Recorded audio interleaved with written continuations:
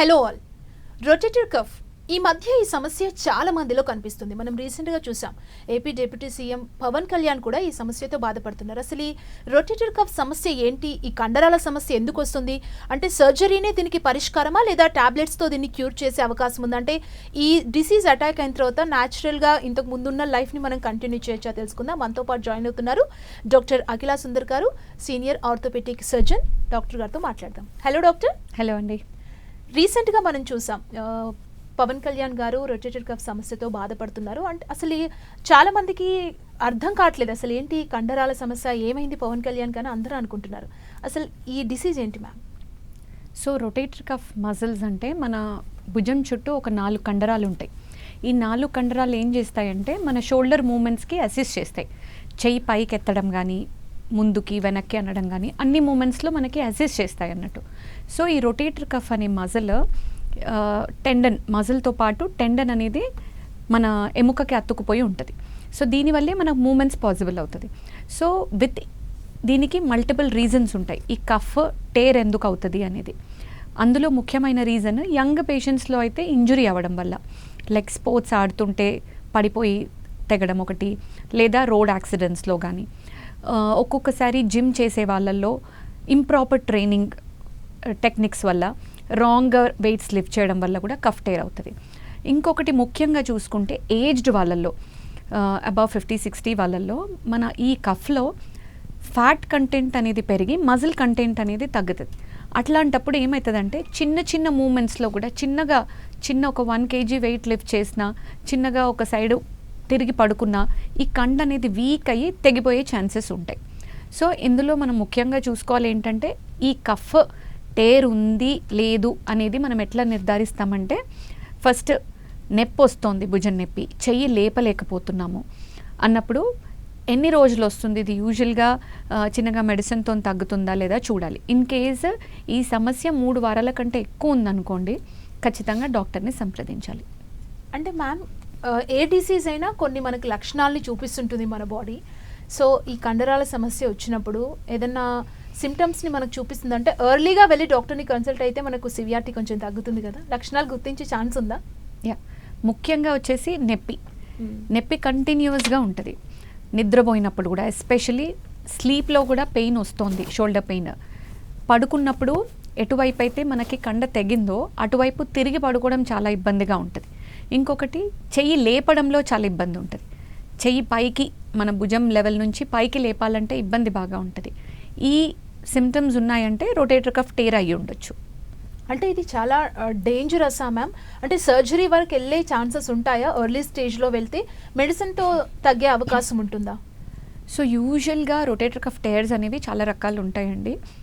Partial tears అంటాం, అంటే చిన్నగా కండ తెగింది, అది ఎంత తెగింది, దాని సైజ్ ఏంటి, ఆ చుట్టూన్న కండ క్వాలిటీ ఎలా ఉంది, ఇవన్నీ మల్టిపుల్ థింగ్స్ కన్సిడరేషన్కి తీసుకుంటాం. సో మొదలు ఇట్లా నేను చెప్పినట్టు నొప్పి వస్తుంది, భుజం పైకి లేవడం ఇబ్బందిగా ఉంది, పడుకున్నా కూడా నొప్పి తగ్గట్లేదు అన్నప్పుడు ఫస్ట్ డాక్టర్ని సంప్రదిస్తే ఎక్స్రే రాస్తారు. బట్ ఎక్స్రేలో మనకు అంత క్లారిటీ ఉండదు, అంటే కండ కనిపించదు first thing. So MRI scanning అనేది అప్రోప్రియేట్. ఎంఆర్ఐ స్కానింగ్ తీస్తే ఈ కండ ఎంత తెగిందో తెలుస్తుంది. ఇందులో partial tears most of them ఏమీ చేయకుండా చిన్నగా మెడిసిన్స్, రెస్ట్, తర్వాత ఫిజియోథెరపీ ఎక్సర్సైజెస్ ద్వారా తగ్గిపోయే ఛాన్సెస్ ఉంటాయి. ఒక్కొక్కసారి కొంతమందికి చిన్నగా ఇంజెక్షన్స్ అట్లా ఇస్తే కూడా ఇంప్రూవ్మెంట్ ఉంటుంది. బట్ ఎవరికైతే కంప్లీట్గా టేర్ ఉంది, చిన్న మూమెంట్స్ కూడా చాలా ఇబ్బంది అయిపోతుంది, రొటీన్ చాలా డిస్టర్బ్ అయిపోతుంది, టేర్ కంప్లీట్గా ఉంది అన్న వాళ్ళకి సర్జరీ చేస్తాం. అండ్ ఇది పెద్దగా భయపడి పెద్ద సర్జరీ, దీనివల్ల లైఫ్ రెస్ట్రిక్ట్ అయిపోతుంది అట్లాంటిది ఏమి ఉండదండి. ఇది చాలా చిన్న ఆర్థ్రోస్కోపిక్ ప్రొసీజర్ ద్వారా, అంటే కీ హోల్ సర్జరీ అంటాం. భుజానికి ఒక 2-3 రంధ్రాలు పెట్టి దాని ద్వారా ఆర్థ్రోస్కోప్ అనే ఒక పరికరంని జాయింట్లోకి ఇంట్రడ్యూస్ చేసి కండ ఎంత తెగిందో చూసి దాని ద్వారానే మనం సర్జరీ చేయడం జరుగుతుంది. డాక్టర్, ఇంకొక డౌట్ ఏంటంటే, అంటే కొన్ని సంవత్సరాల కింద ఏదైనా దెబ్బ తగిలినా మళ్ళీ అది ట్రిగ్గర్ అయ్యి ఈ సమస్యకు దారితీసే అవకాశాలు ఉన్నాయనే డౌట్ అయితే చాలా మందిలో ఉంది. అలా ఏమన్నా అటాక్ అవుతుందా ఈ disease? So rotator cuff tear అనేది ఎప్పుడైనా ప్రీవియస్ ఇంజురీ అయ్యి అదో చిన్న ప్రాబ్లం లాగా ఉండి స్లోగా పెరిగి పెద్దగా అయ్యే అవకాశం అయితే ఉంది. ఎస్పెషలీ డయాబెటిక్ పేషెంట్స్కి ఈ సమస్య ఎక్కువ చూస్తూ ఉంటాము. అంటే డయాబెటిక్ పేషెంట్స్కి యూజువలీ షోల్డర్ పెయిన్ ఉంటే ఫ్రోజన్ షోల్డర్ ఒక్కటే అని అనుకుంటారు. ఫ్రోజన్ షోల్డర్తో పాటు రొటేటర్ కఫ్ టైర్స్ కూడా చూస్తూ ఉంటాం. ఎందుకంటే as I told, with ageing ఈ కండలో మజిల్ క్వాంటిటీ తగ్గిపోయి ఫ్యాట్ క్వాంటిటీ పెరుగుతుంది. సో అట్లాంటప్పుడు ఆ కండ అనేది వీక్ అవుతుంది ఆటోమేటిక్గా. చిన్న యాక్టివిటీస్లో కూడా తెగే ఛాన్సెస్ ఉంటాయి. అంటే ఇప్పుడు డిప్యూటీ సీఎం పవన్ కళ్యాణ్ గారికి ఈ సమస్య ఉంది, ఆల్రెడీ ట్రీట్మెంట్ ఆన్గోయింగ్లో ఉంది. అంటే ట్రీట్మెంట్ అంటే ఫస్ట్ మెడిసిన్తో తగ్గించడానికి ట్రై చేస్తారా, అది అవ్వకపోతే సర్జరీకి వెళ్తారా, ఆ సినారియో ఎలా ఉంటుంది ట్రీట్మెంట్కి సంబంధించి? So in case partial tears అనుకుంటే కనుక టేర్ ఎంత సైజ్ ఉంది, ఎటువైపు ఉంది అని చూసి దాని ప్రకారం మనం డెసిషన్ తీసుకుంటాం. ఇన్ కేస్ చిన్న టేర్ ఉంది, పార్షియల్ టేర్ ఉంది, ఇది యూజువల్గా యంగ్ పేషెంట్ అనుకోండి, మెడిసిన్స్ ద్వారా నేను చెప్పినట్టు ఇందాక ఫిజియో ద్వారా తగ్గిపోయే ఛాన్సెస్ ఎక్కువే ఉంటాయి. ఎక్కడైతే కంప్లీట్ టేర్ ఉంది అంటే కండ కంప్లీట్గా తెగిపోయింది, పార్షియల్ టేర్ చాలా రోజులైంది కానీ నొప్పి ఏం చేసినా తగ్గట్లేదు, ఇట్లాంటి వాళ్ళకి మనం సర్జరీ చేయడం జరుగుతుంది. సో సర్జరీ అనేది యాజ్ ఐ టోల్డ్ చిన్న ప్రొసీజర్, ఆర్థ్రోస్కోపిక్ ప్రొసీజర్. ఇంతకుముందు అంటే కంప్లీట్గా మనం అంటే ఇంత డెవలప్ అవ్వనప్పుడు ఓపెన్ సర్జరీ చేసేవాళ్ళు, అంటే కంప్లీట్గా భుజంని ఓపెన్ చేసి రొటేటర్ కఫ్ని రిపేర్ చేసేవాళ్ళు. సో దానివల్ల రికవరీ అనేది కొద్దిగా డీలేడ్ ఉండేది. ఇప్పుడు ఏంటంటే చిన్న రంధ్రాల ద్వారా సర్జరీ చేయడం వల్ల రికవరీ అనేది చాలా ఫాస్ట్గా ఉంటుంది. సో మామూలుగా ఏమనుకుంటారంటే ఒక్కసారి రొటేటర్ కఫ్ సర్జరీ అయింది అంటే ఇంకా ఎప్పటికీ భుజంని వాడుకోలేరేమో అట్లా అని. అది చాలా తప్పండి. ఎవరికైతే ఈ రొటేటర్ కఫ్ రిపేర్ చేసిన తర్వాత వాళ్ళు యూజువలీ స్పోర్ట్ యాక్టివిటీస్ కూడా వెళ్ళిపోవచ్చు, అంటే అంత బాగా హీల్ అవుతుంది. సో నార్మల్ రొటీన్కి వితిన్ అంటే యూజువలీ సర్జరీ చేసిన తర్వాత 4 to 6 weeks వరకు బ్యాగ్ అనేది ఆర్మ్ బ్యాగ్ సపోర్ట్ అనేది ఇస్తాం. దాని తర్వాత వాళ్ళకి కొంచెం ఫిజియోథెరపీ చేసి మూమెంట్స్ అన్నీ వచ్చాక రెగ్యులర్ యాక్టివిటీస్లోకి వాళ్ళు వెళ్ళిపోతారు. యూజువలీ 3 months వరకు వాళ్ళు వాళ్ళ రెగ్యులర్ యాక్టివిటీస్కి వెళ్ళిపోవచ్చు. స్పోర్ట్స్ ఆడాలంటే మాత్రం యూజువలీ ఒక 6 months అట్లా వెయిట్ చేయమని చెప్తాం. అంటే ఒక్కసారి ఈ సర్జరీ చేసిన తర్వాత మళ్ళీ ఈ సమస్య వచ్చే ఛాన్సెస్ ఉంటాయా, కంప్లీట్గా క్యూర్ అయిపోతుందా సింగిల్ సర్జరీలో? అంటే ఇది కూడా చాలా మందిలో డౌట్ ఉంది, సర్జరీ మళ్ళీ చేయించుకోవాల్సి వస్తుందా, అసలు నేను సర్జరీకి వెళ్ళాలా, ట్యాబ్లెట్స్తోనే నడిపించాలా అనే డౌట్ చాలా మందిలో ఉంటుంది కదా. ఓకే, సో యూజువలీ ఏదైతే సర్జరీ లేకుండా ఫిజియోథెరపీ మెడిసిన్స్తోని తగ్గే సమస్య అయితే అది అలాగే తగ్గిపోతుంది.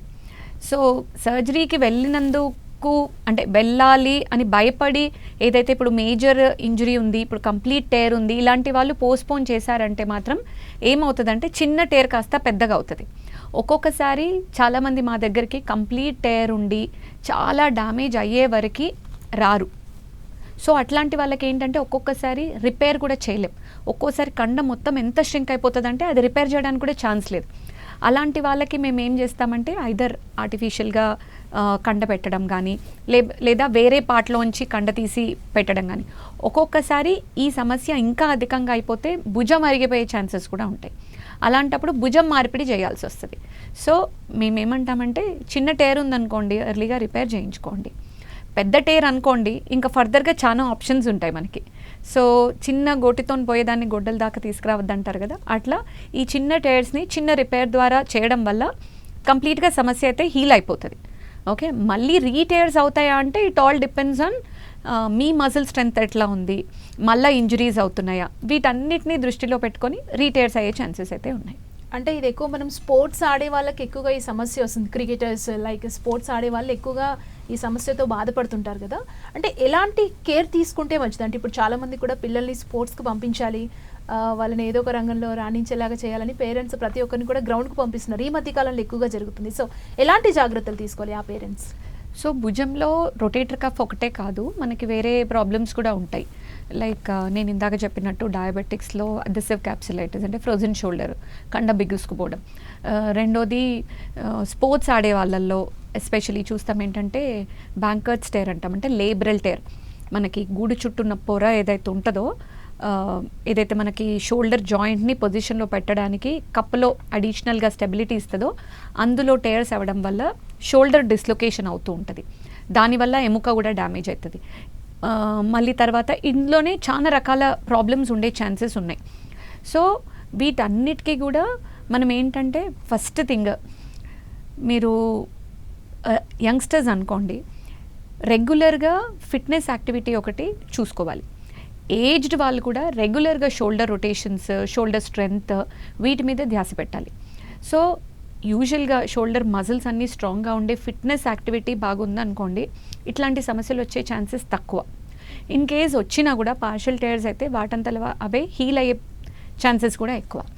సో మనం ఆడే గేమ్ ఎట్లా ఉంది, దానికి ముందు మనం ప్రాపర్ స్ట్రెచెస్ చేస్తున్నామా, అంటే ప్రాపర్ వార్మప్ చేస్తున్నామా, గేమ్ తర్వాత స్ట్రెచెస్ చేస్తున్నామా, గేమ్కి సరిపడా స్ట్రెంగ్త్ డెవలప్ చేసుకుంటున్నామా through fitness activities, through strength training, ఇవన్నీ కూడా దృష్టిలో పెట్టుకోవాలి.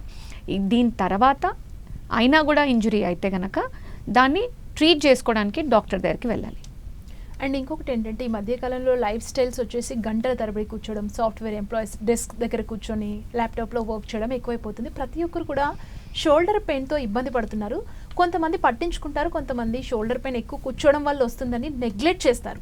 సో అలాంటి వాళ్ళకి ఏం చెప్తారు మీరు? సో సెడెంటరీ లైఫ్ స్టైల్ వల్ల అయితే చాలా మనకి ప్రాబ్లమ్స్ అయితే వస్తాయండి. యూజువల్గా దీన్ని మనం మామూలుగా ఏమంటామంటే మెడికల్ టర్మినాలజీలో డిస్యూజ్ అట్రోఫీ అంటాం. ఏదైతే కండ వాడమో అది యూజువలీ అట్రోఫీ అయిపోతుంది, అంటే క్షీణించిపోతుంది. సో అలా క్షీణించిన కండరం ఇంజురీ అయ్యే ఛాన్సెస్ ఎక్కువ. అండ్ ఇంకొకటి ఏంటంటే చాలామంది ఏమనుకుంటారంటే బోన్ స్ట్రెంగ్త్ అనేది ఖాళీ మనం డైట్ సరిగ్గా తీసుకొని కాల్షియం ఉన్న మిల్క్, ఇందాక ఒకరు అడిగారు నన్ను, పాలు తీసుకుంటే సరిపోతుందా అండి అని. సో సమస్య అనేది మనకి ఓన్లీ డైట్ తీసుకోవడం వల్ల క్యూర్ అవ్వదు. బోన్ హెల్త్ కానీ మజిల్ హెల్త్ కానీ మనం చేసే యాక్టివ్ ఫిట్నెస్ యాక్టివిటీలోనే ఉంటుంది.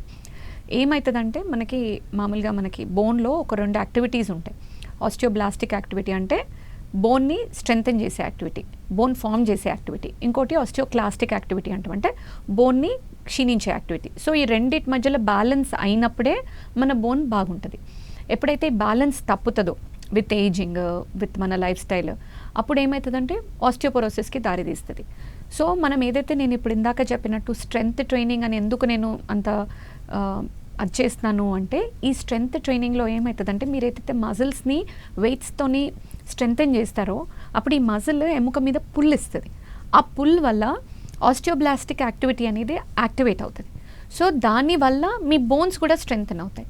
సో చాలామందికి అపోహ ఉంటుంది, ఓకే స్ట్రెంగ్త్ ట్రైనింగ్ వెయిట్స్ పట్టుకోవడము అనేది మన పని కాదు, అలా చేస్తే కండరాలు తిరిగిపోయి చాలా బ్యాడ్ ఆక్వర్డ్ మనకి ఫిజిక్ వస్తుంది అనేది చాలా రాంగ్ కాన్సెప్ట్.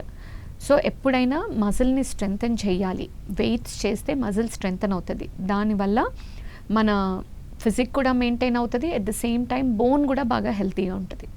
అంటే ఈ సర్జరీ జరిగిన తర్వాత ఇప్పుడు మనం పవన్ కళ్యాణ్ గారిని తీసుకున్నట్టయితే, డిప్యూటీ సీఎం పవన్ కళ్యాణ్ గారిని, తర్వాత సినిమా షూటింగ్స్ కానీ యాక్టివిటీస్ పొలిటికల్ కానీ తిరగాల్సింది వెళ్ళాల్సింది ఎక్కువగా ఉంటుంది. అంతే యాక్టివ్గా ఉంటారా ఆఫ్టర్ సర్జరీ కూడా? Yeah definitely. సర్జరీ చేసేదే వాళ్ళ రొటీన్ని మనం బ్యాక్ ఇవ్వడానికి. సో ఈ సర్జరీ తర్వాత ఆయన రొటీన్ యాక్టివిటీ, ఇన్ఫ్యాక్ట్ నేను చెప్పినట్టు స్పోర్ట్స్ కూడా వెళ్ళిపోవచ్చు. సో ఈ సర్జరీ ద్వారా ఏంటంటే మనకి నార్మల్గా ఉండే రొటేటర్ కఫ్ ఎట్లా ఉంటుందో అట్లాగే మనం దాన్ని రీక్రియేట్ చేస్తామన్నట్టు. ఓకే. అంటే ఇంకొక విషయం ఏంటంటే ఇది ఏజ్ పీపుల్లో ఎక్కువగా వస్తుంది, మహిళల్లో వస్తుందా లేదంటే మేల్ ఫీమేల్ ఒక యంగ్స్టర్స్లో కూడా వస్తుందా అనే డౌట్ చాలా మందిలో ఉంది. ఎందుకంటే కొంతమంది షోల్డర్ పెయిన్ని లైట్ తీసుకుంటే, కొంతమంది ఎక్కువగా ఆలోచిస్తుంటారు అసలు ఏం జరిగింది, రకరకాల డిసీజెస్ వస్తున్నాయని చెప్పి పానిక్ అవుతున్న సిచ్యువేషన్ ఉంది. సో ఏం చెప్తారు? సో యూజువల్గా షోల్డర్ పెయిన్ ఉంది అంటే నెగ్లెక్ట్ చేయొద్దు. ఎర్లీ స్టేజెస్లో మీకు ఏ ప్రాబ్లం ఉన్నా డిటెక్ట్ చేస్తే పెద్దగా సర్జరీ అవసరం పడకుండా చిన్న ఎక్సర్సైజెస్తోని, చిన్న మెడిసిన్స్తోని హీల్ అయ్యే ఛాన్సెస్ ఎక్కువగా ఉంటాయి. ఇగ్నోర్ చేస్తే డ్యామేజ్ పెద్దదైతే ఖచ్చితంగా సర్జరీ చేసుకోవాలి. సర్జరీ చేసిన తర్వాత కూడా యాజ్ ఐ టోల్డ్ రొటీన్లోకి వెళ్ళిపోతారు అండ్ యాక్టివ్గా ఉంటారు and you can get back to your daily activities. Okay. So ఇది యంగ్ పేషెంట్స్లో వస్తుందా, ఓల్డ్ పేషెంట్స్లో వస్తుందా అంటే ఇందాక నేను చెప్పినట్టు యంగ్ పేషెంట్స్లో అయితే ఇంజరీ వల్ల వస్తుంది, ఓల్డ్ పేషెంట్స్లో అయితే వీక్ అవ్వడం వల్ల, కండ వీక్ అవ్వడం వల్ల వస్తుంది. అండ్ యంగ్స్టర్స్కి నా అడ్వైజ్ ఏంటంటే రెగ్యులర్గా ఫుడ్ మంచిగా తీసుకోవాలి, డైట్. యాజ్ ఐ టోల్డ్ ఇందాక కూడా మన ఇండియన్ డైట్లో ప్రోటీన్ అనేది కన్సంప్షన్ చాలా తక్కువ ఉంటుందండి.